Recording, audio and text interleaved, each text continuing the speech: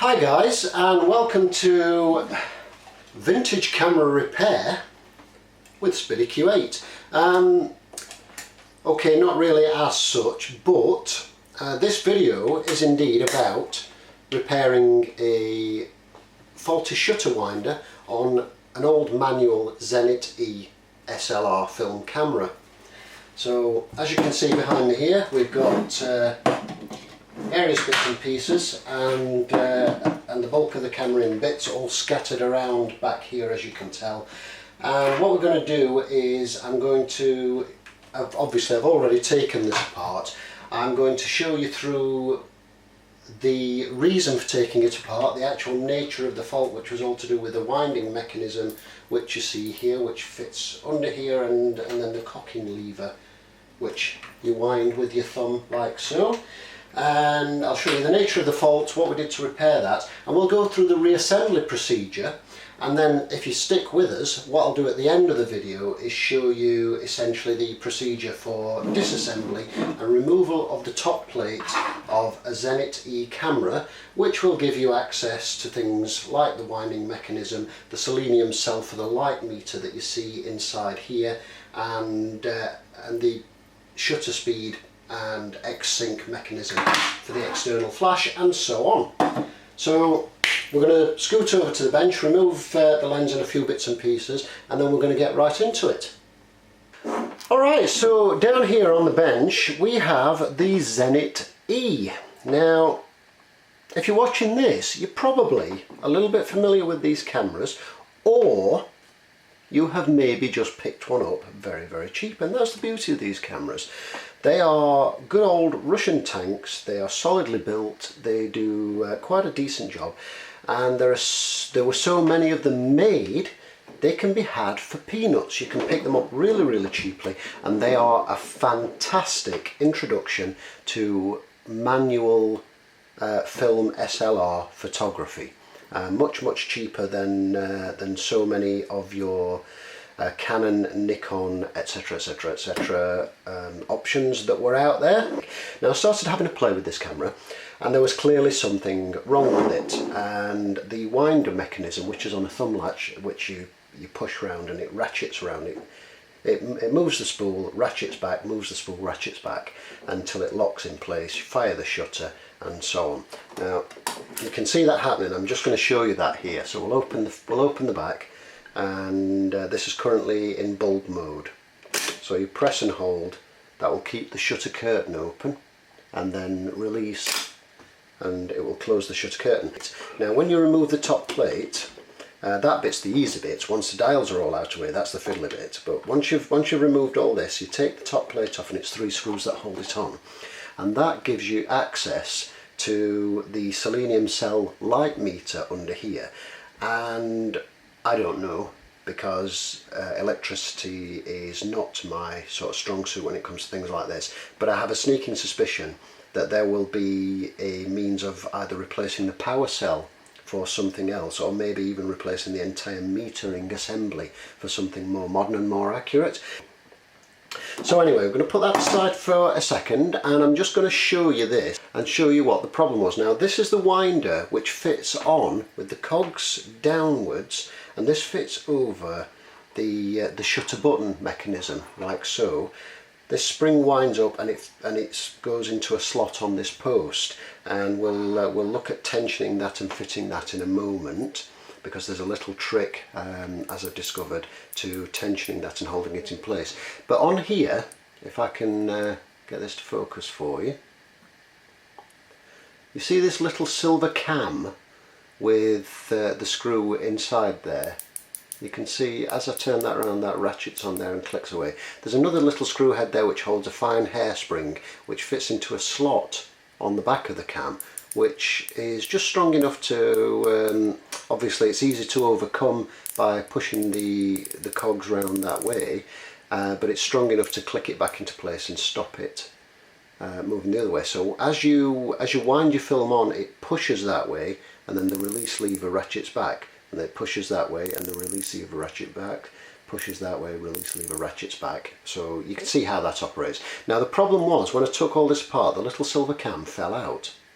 and as I tipped things up to have a better look, the screw that held it in place also fell out, and I thought, well, clearly that has got to be part of the problem.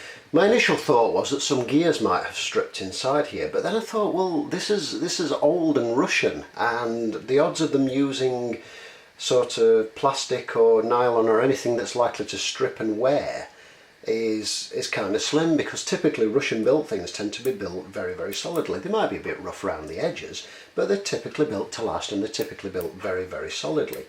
So I thought hopefully it will be something simple, and I did think that maybe one of the metal gears had just gotten jammed at some point. It had perhaps been forced previously, and it had maybe chewed a few of the teeth up or something like that.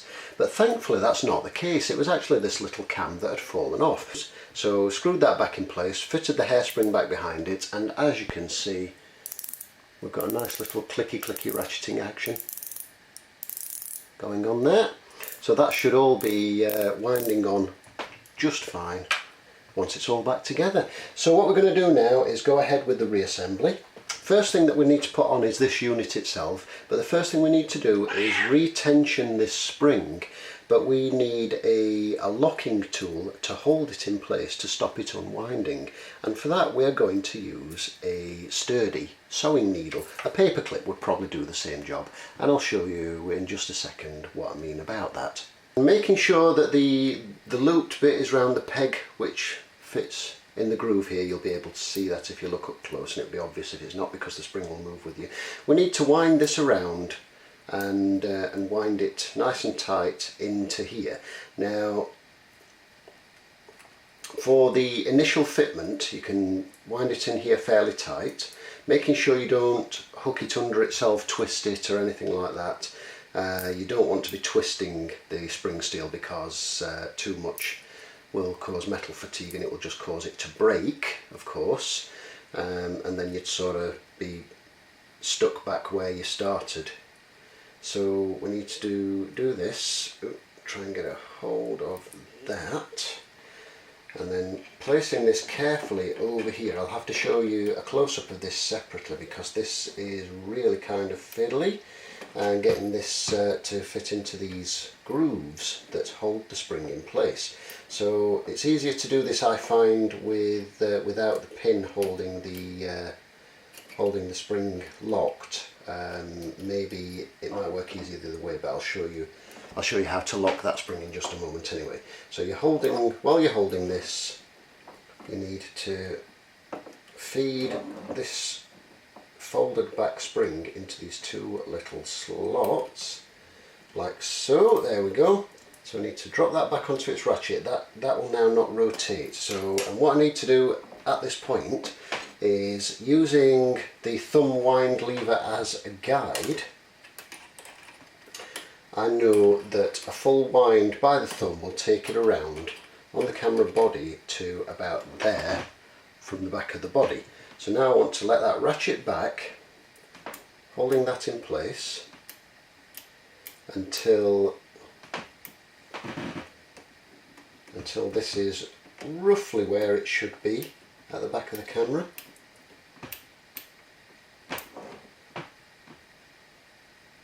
Not too far, because I need the pin to hold that in place. I'm going to take that off just there, which is just shy of where it would settle at the back of the camera, and then I need to pop in this pin, check that that's behind the spring, and it is. That will hold this in place and give me maximum tension for the film advance lever to return. A paper clip would have probably been better, to be honest, because it would have been that little bit thicker, but hopefully while I'm holding this will do the trick. So I need to put the case on top here. Oops.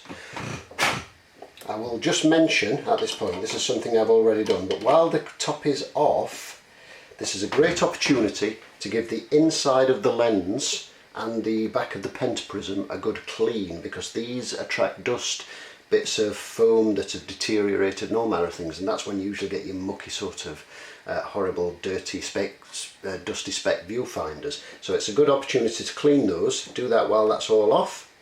And the other thing is this little rewind button, this black plastic button that protrudes here. Make sure that that's in the correct place as you're lowering this down. Otherwise, if you don't, the metal camera top will press that and release the whole shutter thing, and it could just get a bit messy. So make sure that that's okay. Now what I'm going to do here is I'm going to take my rewind lever, and we're going to put that, using the pin as a bit of a guide, we're going to put that there, and then this bit which still has the screws in place, we're going to remove this one, because the needle actually needs to go through this screw hole until I've got the other two in place, and it's going to hold everything together. And then we're going to pop that through here like so, down onto here like so, and at this point we'll get our screwdriver, not that one, nice sturdy bladed one, and I'll give this a little bit of a twiddle if I can see. I'm trying to sort of see this and do this without getting my head in the way of the viewfinder. So that's one, and if I can get into this one, this will be two.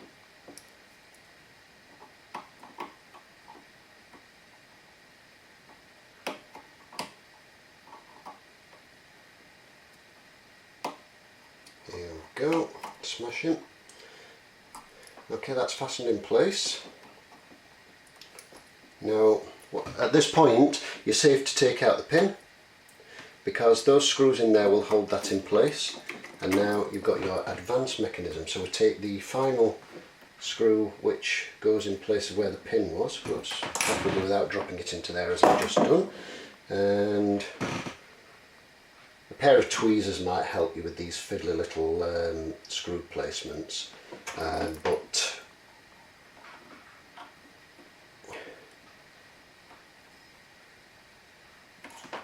I'm rubbish at taking my own advice, so, but anyway, we managed it. So that's good. There you go. So that's the film winder mechanism back on. What we can do at this point, I'm going to open the back up so you can see this, and we're just going to release that.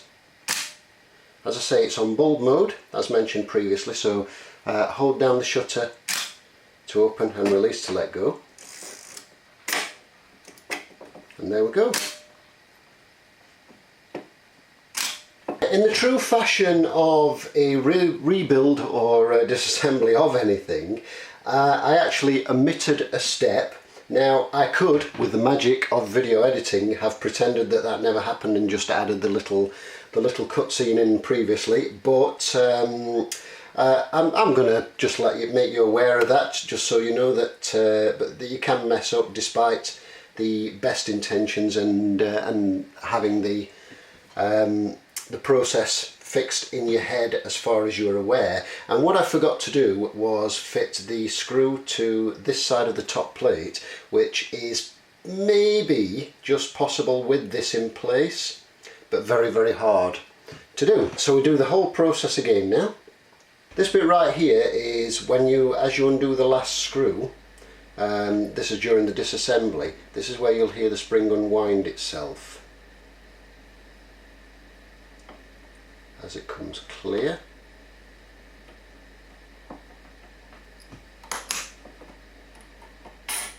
Like so. And that's one of those where you get a bit of a panic moment when you hear that and you kind of go, what have I done? But obviously you know all about the spring now.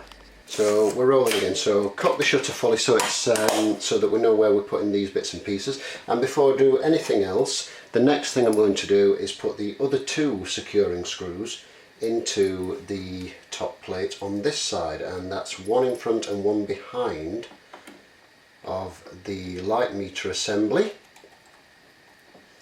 and these screw into the posts that you saw while the top was off.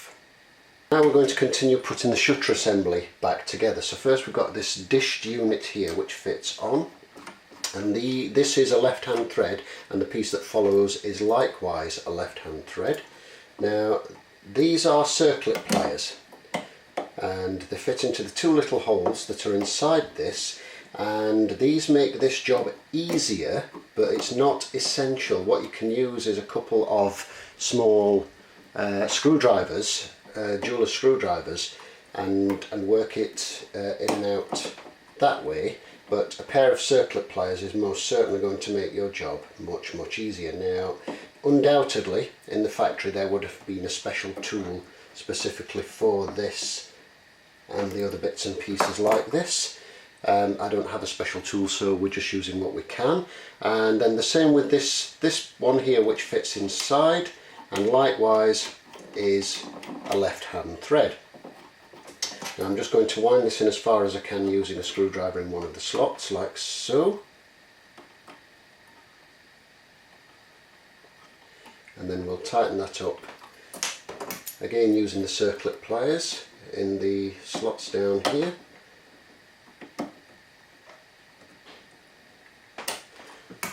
Very good. And we've got a spring washer here which is shaped kind of like a star. I'll just give you a bit of a close-up on that. As you can see, this goes dish side upwards like so, and this provides the tension for this, which is your shutter counter ring, your manual shutter counter ring. I'm going to do a separate video on the operation of the Zenit camera, which will show how all these work. You just drop that in anywhere you wish, and then on top of that, the final one is this button surround, which slots on the top there and winds in on, whoop, yes, you guessed it, a left-hand thread. Left-hand thread's very popular on this camera, and this is where the pliers come in. If you were doing this with, for example, a customer's camera, I would recommend that you use something with soft plastic jaws, or wrap some tape or rubber or something around this so that you don't mar it. This is because this is going to be used by me, and it's actually going to be used, I don't mind so much, so it's just going to be done roughly. So that's the shutter assembly all back together, and the winder working again. As we move on to the next step in the rebuild process, I'm just going to show you the top of the camera here, and you'll see on here next to the shutter button where these other buttons are, which is for your shutter speed and what have you, you have the letters MF and an X down below there. Now this signifies that this particular Zenit camera at some point when it was first manufactured was manufactured specifically for Samuel L. Jackson while he was filming an early version of Malcolm X, which is a fascinating bit of history for you there. Now make sure the shutter's cocked again, fully, like so, and we've got this portion here which I will show you close up. And this is the little pointer that moves the ring from your MF to your X. Now the X is your X sync, which is 1/30th of a second, and triggers your PC sync socket, which is here on the front of the camera, which is where you put your little cord, which then goes into your flash gun.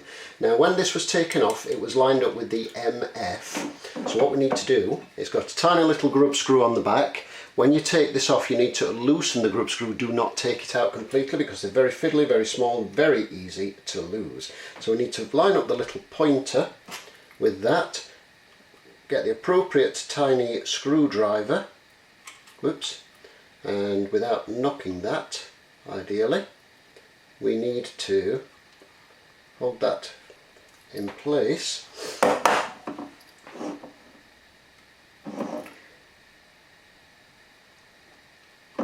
Trying to do that so you can actually see what I'm doing, and tighten up the little grub screw so it bites into that. And what you'll then be able to do is rotate this between the MF manual flash, I'm assuming that means, and the X, which stands for X sync if you're shooting synced with a sync cable to either a shoe mounted or an off-camera flash. Very, very similarly, making sure this is cocked and wound on. We do the same with the shutter speed dial. Again, I'll show you that in close-up, just up here. So there's your shutter speed dial. It goes from B for bulb, which is where you press and hold, and then press and hold and then release to close. Then you've got 1/30th of a second with the X, which signifies your sync speed, up to 1/500th of a second. Not a vast range, as you can tell. What we're going to do is we're going to line that up with the B for bulb, with the tiny little dot that hopefully you can see on the silver portion. And this particular bit has two tiny little grub screws, so you need to tighten up the one that's easily accessible. One of them will be easily accessible, one will be not so, unfortunately. So tighten up the one that you can see first, which is around here. Like the one below it, loosen these, do not take them out completely because they're very, very fiddly and very, very easy to lose. The other one is down under here, which is in the most awkward position imaginable. So I'm going to try and tighten that as much as I can, and then lift and rotate to a position where I can tighten that much more effectively, which should be about 1/25th of a second. There we go, I can just get into that now, and then we tighten that up. So that's nipped up on two sides, and what should happen now is that alters the sync speed of the shutter. Now ideally what you need to do, although I have actually changed the shutter sync speeds without the film being wound on and cocked, the manual does actually state that you should only change the shutter speeds when the film is wound on and the shutter is fully cocked. So I'm assuming there's some safety thing there. It might mess up the shutter timing or something if you don't. I have actually done it when I first used my old when I first used my old Zenit, and it didn't seem to affect it unduly, and it seemed to work, but you've been warned there.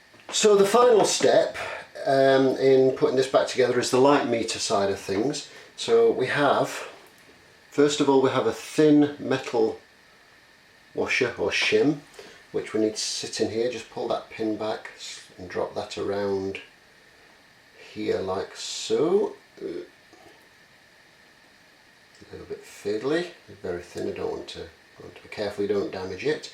Then we have the brass ring, which actually is a graduated cam, as you can see, and this is what moves the little guide for your meter to tell you which shutter speed and aperture you should be selecting, which combination thereof. Now hopefully I'll be able to add the next bit on and show you what I mean by that. So make sure that the pin is aligned on that. It's fully over to this side, to the left of the camera, which is closed down as far as it will go. It's on the rather than being under tension, it's closed right the way down as far as it will go.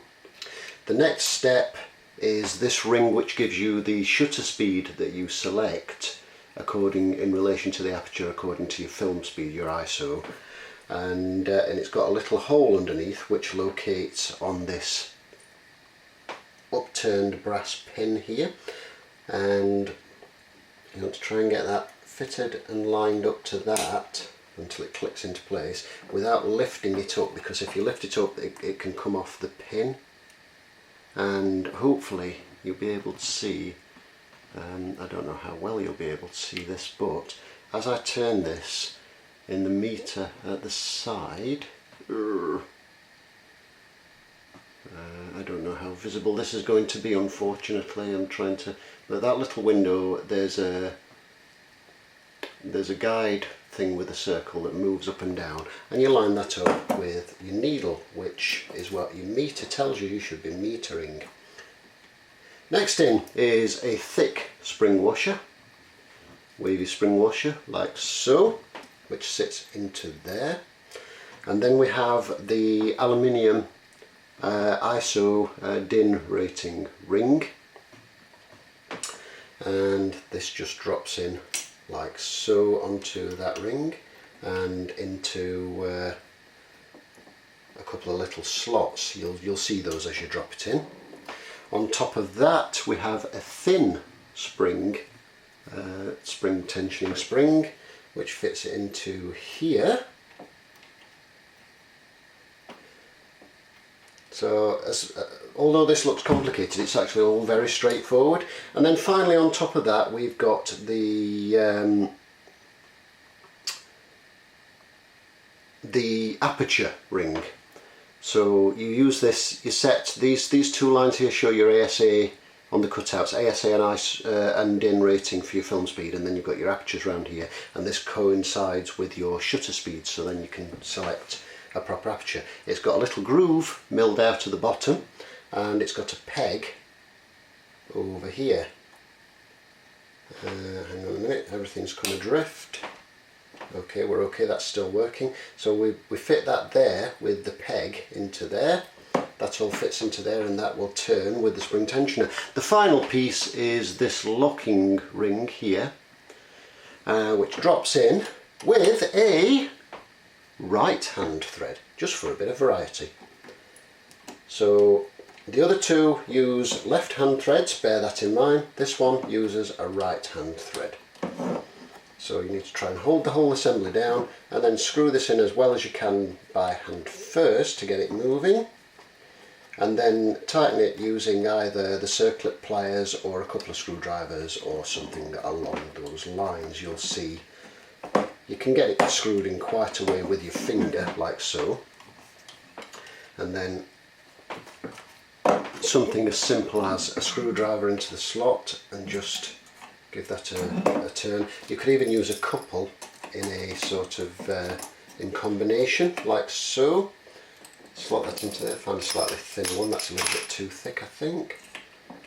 There we go, and angled accordingly, and then you can give that a bit of a nip up. Be careful of course that you don't slip and damage anything. Like so. That worked better than expected, but so there you go. And then you move this around now to select your ISO or DIN rating accordingly, and you move this to hopefully we'll be able to see that window if we get that to focus for you. And as you move this, you'll see the little doohickey move across. Hopefully that's visible. I can't see the monitor very clearly from here, but hopefully that's visible. And that then gives you a combination, according to your ISO and your shutter speed, that gives you a combination of your aperture and shutter speed to get a perfect exposure. So we're on the final stage of the refitting, and what we have here is the lower part of the rewind knob assembly with the fork that fits into your film cartridge. This slots in from underneath and just pushes up until it protrudes from the top. You then have a spring, which, oh well you can see that, but we have a spring there which just sits inside of this, and then the plunger section, the spring loaded bit that locks down and raises up accordingly to allow you to rewind the film, sits into here, just slots in here, and it's got a little milled piece that slots into the spring. So what I'm going to do is turn that around this way a little bit, and this has got a screw inside, and we've got two screws which need to go in here. One has quite a wide head and the other has a very narrow head. The one with the wide head fits inside of this slot like so. So if you place that in there very carefully with a pair of tweezers, and then take your screwdriver and twiddle that into place and fasten that in, that then holds this one in place, and that's the one that will lock into place. You'll be able to see that a bit more clearly once we get the next stage done. Around the back we have another screw with a tiny head. This is the one that stops the whole assembly sliding down into the camera body. So again, gripping this in a pair of tweezers, place that in position, and be very, very careful with this because these are incredibly fiddly, and unfortunately, unlike the grub screws on the other components, you have to physically completely remove both of these to remove this assembly.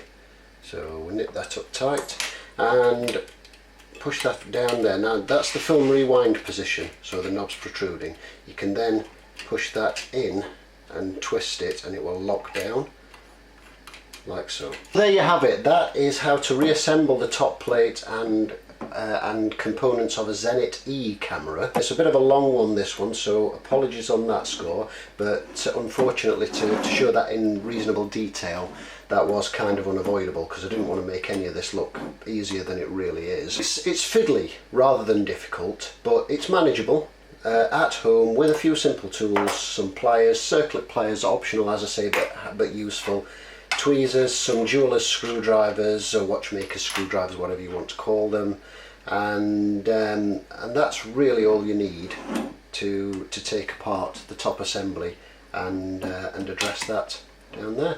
So thank you for watching, and I hope this has been useful.